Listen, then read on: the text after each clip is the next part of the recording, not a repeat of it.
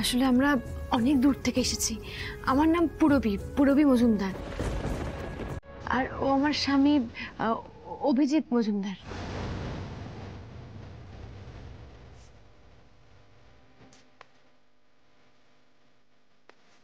আসলে আমরা ওই সায়ন্তানের ব্যাপারে একটু খোঁজ খবর নিতে এসেছিলাম। ওই পুরুলিয়ায় বাঁধের জল ছাড়তে গিয়ে ওই বাঁধের কাজটাই যত নষ্টের গোড়া। ওই বাঁধের কাজটা চলে গেল, তারপরই ও কলকাতা চলে গেল কাজের সন্ধানে। আমাদের টানাটানির সংসার। বাবা ওকে চিঠি লিখতো, টাকা পাঠাতে বলতো। চিঠির উত্তর সবসময় এলেও টাকা আসতো মাঝে মধ্যে।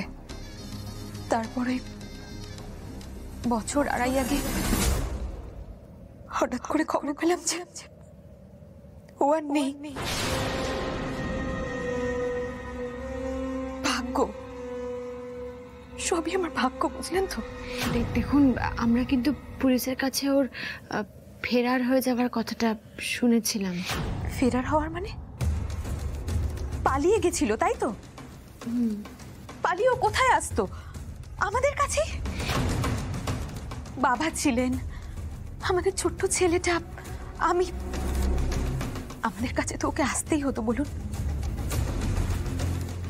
কিন্তু ও আর ফিরল না। পুলিশের একটা কথাও আমি বিশ্বাস করি না। আচ্ছা, আপনারা দয়া করে বলুন তো, আপনারা কেন ওর খোঁজ করছেন?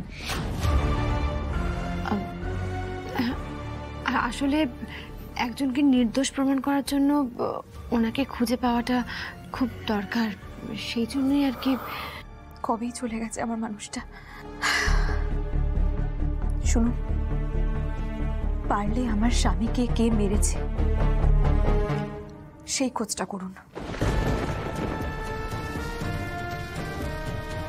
এখানে থেকে তো আর কোনো লাভই হচ্ছে না।